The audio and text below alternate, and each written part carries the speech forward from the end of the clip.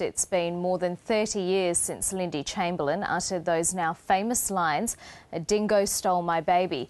And today, after 4 coronial inquiries, a Northern Territory coroner will hand down her findings into the death of baby Azaria Chamberlain. Lindy Chamberlain Creighton is expecting today's findings to confirm a dingo did indeed take Azaria. The ABC's Tony Easley covered the case back then, and he's filed this report on a dramatic chapter in Australian history. The prosecution says that here, Lindy Chamberlain cut the throat of her baby and husband Michael helped cover up the homicide. It was 1980 when Lindy and Michael Chamberlain took their 9-week-old daughter Azaria and her 2 brothers on holiday to the Northern Territory and made the fateful decision to pitch their tent at the base of the rock. It was to set off a devastating chain of events. He just might have damaged or mauled the baby, and I ran towards the tent. I was only 5 yards away from it, perhaps less. And I looked in a carry basket and she wasn't there. When we saw the spots of blood in the tent, as we looked, we realised it must have been a very quick event. And this morning, when we saw in the blanket the sharp, jagged marks in that very thickly woven blanket, we knew that that was a powerful beast. An initial inquest supported the Chamberlains and was critical of the police investigation.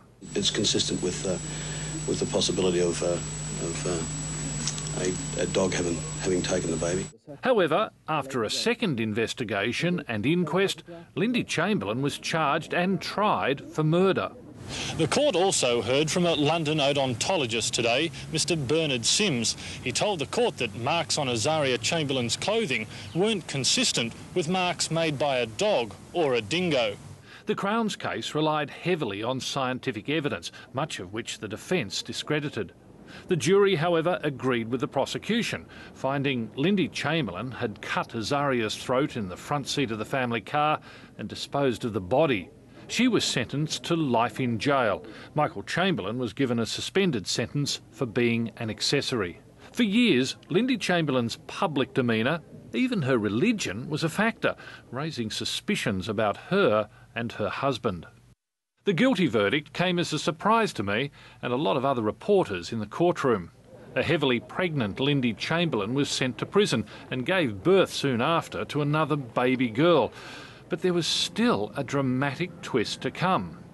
The Chamberlains had always insisted that on the night she disappeared, baby Azaria had been wearing a matinee jacket. The prosecution said that was a lie. In 1986, the matinee jacket was found near a dingo lair at Uluru. The NT government ordered Mrs Chamberlain's immediate release. A year later, a royal commission cleared the couple of all guilt.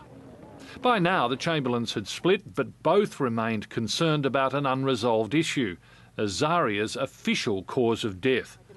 A third inquest in the 90s was inconclusive. Then, in February this year, new information about dingo attacks on children was put to yet another coroner. It's this 4th inquest and its outcomes that could finally draw a line under this case, bringing to a close the disappearance of Azaria Chamberlain.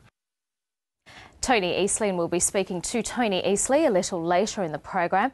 ABC News 24 will have live coverage of the inquest from 10:30 Eastern Standard Time this morning. The coroner, Elizabeth Morris, will allow cameras in for the handing down of her findings in the coroner's court in Darwin later.